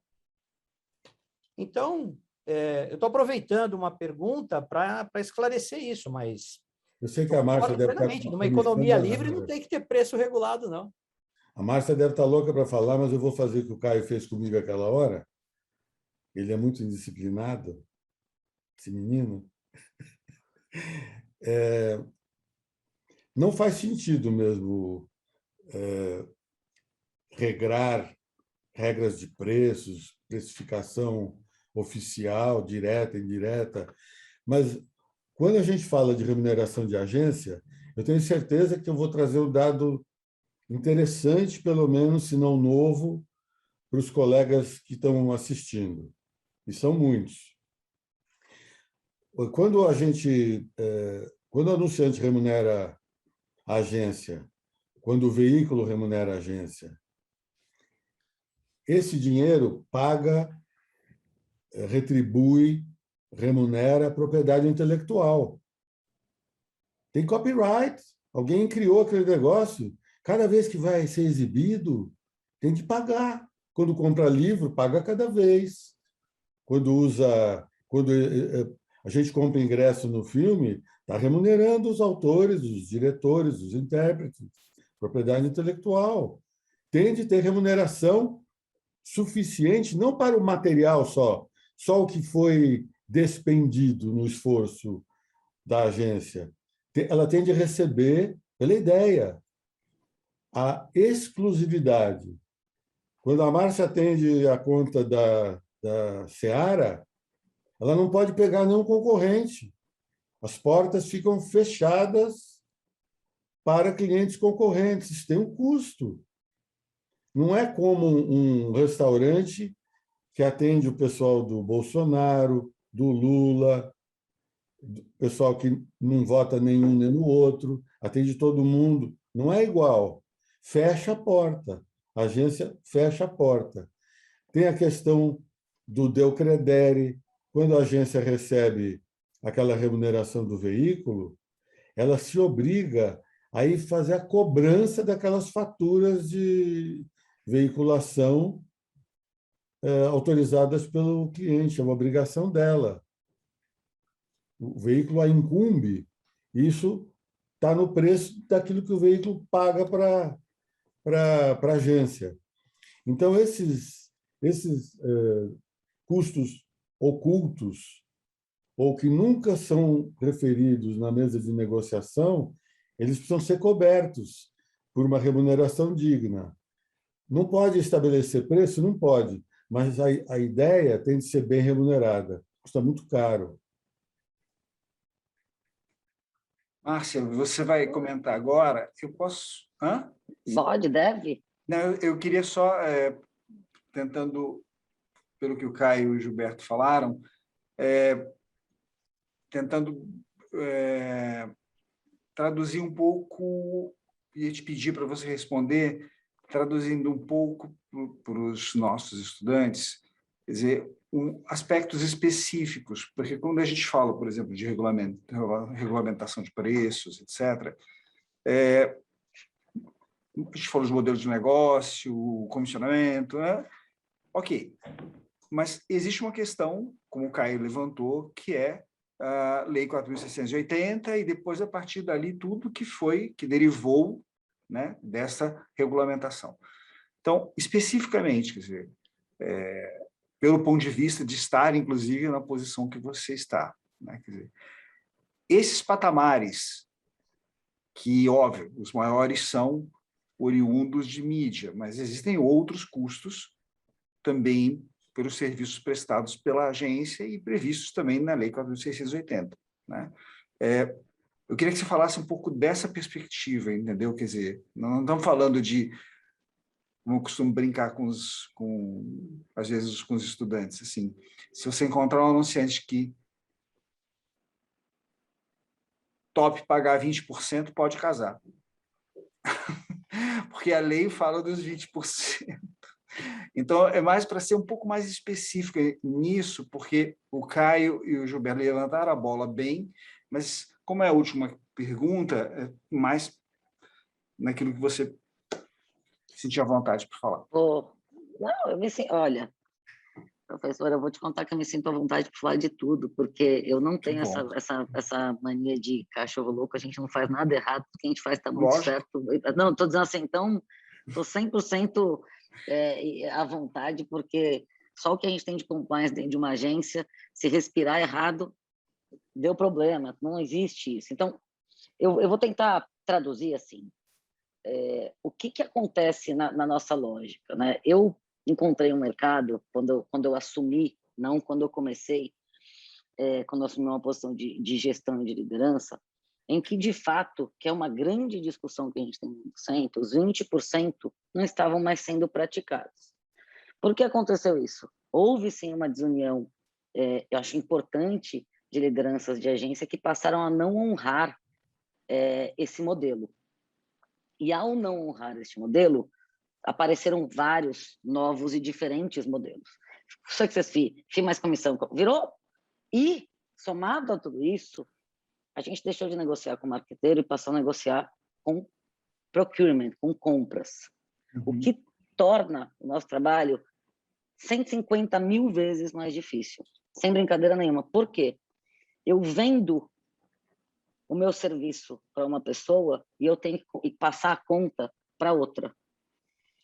O que significa que quem tá me remunerando em geral, eu não vou também generalizar, não entende o que eu faço. Isso tem evoluído muito, as áreas de compras e de procurement têm se especializado muito em marketing, mas quantas e inúmeras vezes eu negociei com pessoas que literalmente não entendiam o que a gente fazia porque estavam acostumadas a comprar insumo de, assim, matéria-prima para fazer sabão. Como é que eu tangibilizo muito bem, como o Gilberto falou, o valor de uma ideia para uma marca? E quando eu digo valor de uma ideia, não é porque ela é legalzinha, é porque ela vende, é porque ela gera resultados comprovados, é porque ela gera, literalmente, não é só a construção de marca, mas é resultado no business, ali, ó, na veia. Tudo isso para dizer que a gente tem que tomar um cuidado, assim, os 20%, hoje em dia, eu diria a vocês, se a gente puser na ponta do papel, se eu fosse remunerado por 20% em cima do que a gente coloca na mídia, não pagam as contas, especialmente de agências que têm menores volumes de mídia, porque elas vão ter que ter o mesmo volume de ferramentas, os mesmos volumes de profissionais, com investimento muito menor. E a gente olha para a sustentabilidade do nosso setor. Então, pensem que aqui a gente está falando do eixo, né? Eu estou falando Rio, São Paulo, Brasília, onde a gente talvez tenha agências enormes, mas quando você pega as agências locais, que fazem um trabalho fundamental, porque a propaganda em determinadas cidades do nosso país são completamente diferentes do que a gente olha de grandes anunciantes na TV, vamos dizer assim. O que eu quero dizer com isso? O que esse modelo traz para a gente é um padrão, é uma linha de conduta e é um olhar para demonstrar que, muito bem como o Gilberto falou, primeiro, qual é o preço de uma ideia? Ninguém consegue responder. Porque ninguém consegue saber no momento em que a gente faz o resultado que ela vai dar. Essa é a primeira coisa. É a pergunta que vale muito, e por isso que esse modelo existiu. Porque quando eu coloco hoje qualquer ideia na rua, primeiro, propriedade intelectual. Segundo, eu tenho uma super limitação de crescimento em clientes, porque eu só posso atender um por segmento. Eu não posso atender todo mundo. Então, eu tenho um limite de crescimento. Terceiro, quanto maior o investimento em mídia, maior o trabalho operacional que existe. Eu tenho que verificar por lei que 100%, a gente chama de checking, 100% do que foi veiculado, não é necessariamente para todos os meios por lei, mas eu tenho que comprovar isso para o meu cliente. Quando eu faço um outdoor no interior do Acre, eu tenho que comprovar. Custa, e custa caro. Quem vai pagar essa conta?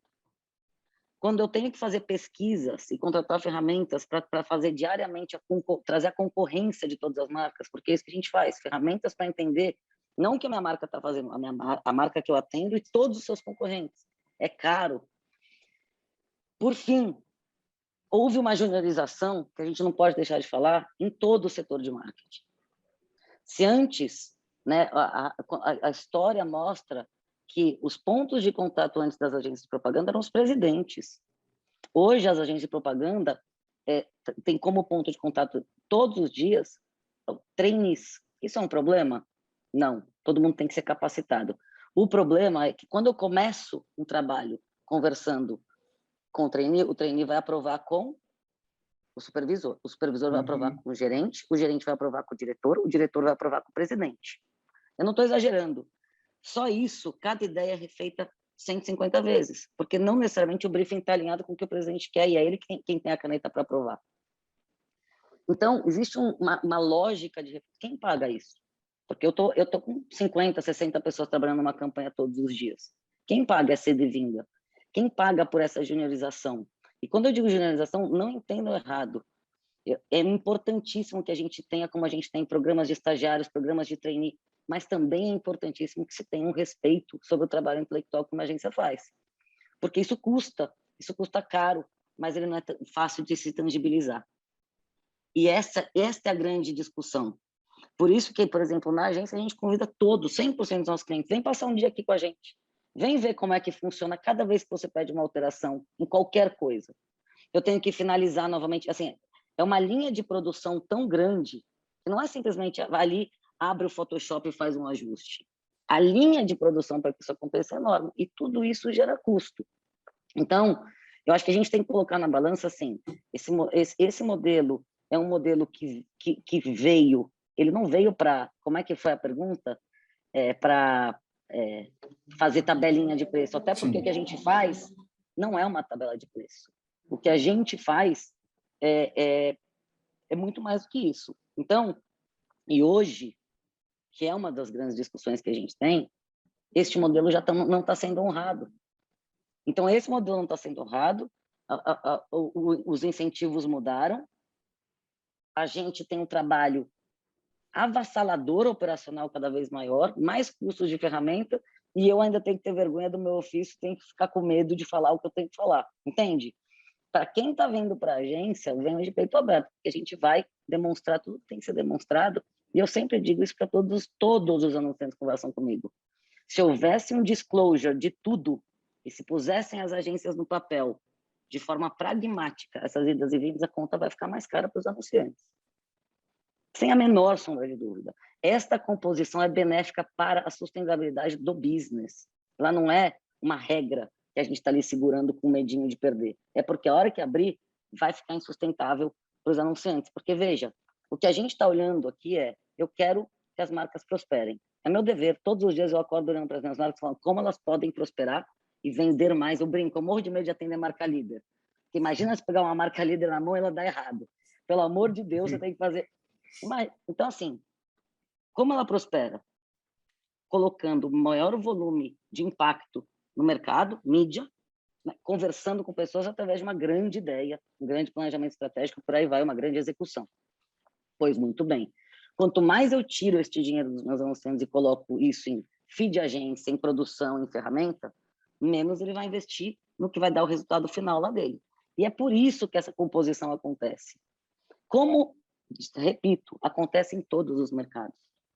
Não, pouquíssimos, eu diria, talvez eu não conheça, mercados não têm uma política clara de incentivo. Quando a gente vai num bar e tem, por exemplo, uma bebida alcoólica em todos os toldos, guarda-sol na praia no Rio, com uma marca, quem vocês acham que pagou isso? Uma política de incentivo muito clara. E está tudo bem quando ela é clara, quando ela tem regra, quando ela tem lei, quando ela tem proteção, está tudo certo, ninguém está fazendo nada errado. E eu volto a reforçar uma última coisa, desculpem, mas é que esse assunto é bastante importante. É interessante perceber, assim, hoje, 90% das agências, está mudando um pouco mais, mas 90% das agências são multinacionais. Logo, 100% do dinheiro que está dentro das agências é reinvestido em pessoas e ferramentas. Ele não vai para o bolso de ninguém, como se imagina. Isso não existe. Existe uma rede global acontecendo e este dinheiro entra no P&L, né, no resultado natural de uma agência. E ele é reinvestido em ferramentas, em pessoas, em estrutura, em salas de reunião, seja lá o que for. Mas ele é reinvestido. E então existe essa lógica, que eu também falo muito claramente, porque a gente tem que falar assim, esse dinheiro que aparece, não aparece, ele é trabalhado, ele vai para os donos. E por isso que os donos de agência andam de helicóptero, né? Existe? Isso não existe. O que a gente faz e faz muito bem, e que a gente convida todo o mercado, e a gente encontra todo o mercado, anunciantes, veículos, produtoras, todo o sistema, por exemplo, ir a Cannes celebrar. Sabe por que a gente vai? Porque nós somos o país mais celebrado do mundo em Cannes. Porque quando você está lá ou vendo no palco, desce um brasileiro, entra qualquer outra nacionalidade, sobe um brasileiro, porque nós somos bons no que a gente faz. E quando os anunciantes vão lá com a gente, eles saem de lá mais felizes do que nós, porque eles estão vendo a marca deles. Eu tive o privilégio, só um último exemplo assim, eu tive o privilégio de fazer Reclame Aqui, ser um dos clientes mais premiados do mundo. Sabe o que aconteceu com o Reclame Aqui? Do meu saudoso Maurício Vargas, que a gente infelizmente perdeu para a Covid, negócio lá que eu me emociono. Virou uma marca global, abriu o escritório em Portugal, começou a crescer, resultado de um trabalho naturalmente do Maurício Vargas e da sua equipe do Reclame Aqui, mas um resultado claro de comunicação. Eles triplicaram de tamanho em um ano, depois triplicaram de novo. Então, assim, a gente está discutindo dinheiro dentro de um ofício que gera resultado. E é isso que, para mim, essa conta não fecha. Porque está todo mundo espremendo de onde vem o dinheiro no sentido lícito mesmo, se a gente está gerando resultado, se as empresas estão prosperando, se as pessoas aprenderam a usar máscara por conta da comunicação. Desculpem, eu me alonguei, mas eu acho que é bastante importante que a gente consiga conversar sobre isso, porque a gente tem que derrubar um pouco as lendas, trazer um pouco de transparência, porque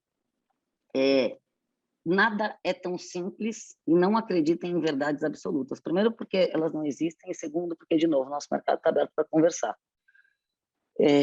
Mas, de novo, foi muito longa, perdão. Não, que isso. Armando, você gostaria de fazer alguma colocação? Desculpe, eu não entendi. Você gostaria de fazer alguma colocação? Não, eu estou surpreso, apesar de serem pessoas que eu conheço há muito tempo e tenho um conhecimento do mercado incrível, né? Eu escrevo há 56 anos o editorial do próprio Mark, né? Imagine vocês, né? 56 anos corridos, né? Mas é impressionante como esse trabalho de você, Paulo, revela muito mais do que a gente espera dele, porque é realmente uma oportunidade de pessoas tão importantes como nós temos aqui hoje, e sempre, né? Você sempre procura esmerar os convites, né? é uma oportunidade de exporem seus pensamentos de uma forma mais aberta, né? Então, eu aprendi muito hoje. Aprendi coisas que eu não sabia. Eu achava que sabia e não sabia, não. Então, você está de parabéns. Continue, né? É algo... Quanto tempo você tem esse programa? Há quanto tempo? Quanto tempo? Na SPM, 18 anos. Quanto? Na SPM, 18 anos. 18 anos já tem a maioridade, né? Já de maioridade. Mas realmente, você está de parabéns, viu? Era o que eu tinha para falar, tá? Agradeço, mas isso é trabalho de uma equipe e, na verdade, é responsabilidade da instituição. Claro, né? claro. Como... Mas alguém tem que fazer, né? Não, mas várias pessoas estão fazendo, não estou sendo... Não é falsa humildade, não. Inclusive, quem está fazendo hoje o evento são vocês. São vocês que estão expondo, trazendo, como você mesmo mencionou, Armando. E eu queria muito agradecer a vocês pela exposição, pela franqueza, né? Acho que no primeiro momento nós falamos aqui de um lado mais um pouco mais próximo, mais defensivo, e depois a gente foi abrindo um pouco mais, isso é natural, né? E, de novo, nós sabemos que estamos falando de negócios, sabemos que não é nada, como todos falaram, o jogo está claro, existem leis, mas existem também, como você mesmo falou, Caio, pontos de vista, né, que necessariamente não são os mesmos, é um grande mercado, são muitas realidades, nós temos muitos Brasis, né? Como a Márcia falou, são tantos clientes, são tantos espaços, enfim, eu acho que a gente ter essa possibilidade é para isso que existe o Supernova, Tá né? certo. Para a gente... Paulo, me permita, em primeiríssimo lugar, agradecer a você, que há 18 anos tem esse trabalho maravilhoso, né? Mas eu gostaria muito de agradecer as pessoas com as quais eu mantive um diálogo aqui hoje, né? Agradecer a Márcia, essa figura doce que entende mais do que muita gente, né? Os deveres do seu ofício e as artimanhas, principalmente, né? Ao Gilberto Leifert, que é um velho companheiro de outras batalhas, né? E ao Caio Barsotti, que nos deu várias lições aqui em vários momentos, né? Coisas até que nem sabíamos direito, e ele esclareceu com uma clareza muito peculiar ao que ele vem falando, né? Então, e especialmente, novamente, a você, Paulo, viu? Paulo Roberto, de fato, faz um trabalho maravilhoso. Pessoal, da minha parte, uma boa noite a todos vocês. Eu preciso daqui a pouco me retirar, porque minha mulher está me esperando em casa, ela deve estar preocupada, né? Nós moramos só eu e ela, porque os filhos já casaram, moram em outras residências, né? E ela deve estar preocupada. Onde é que está o Armandinho? Uma boa noite a vocês. Boa noite. Boa noite, querido.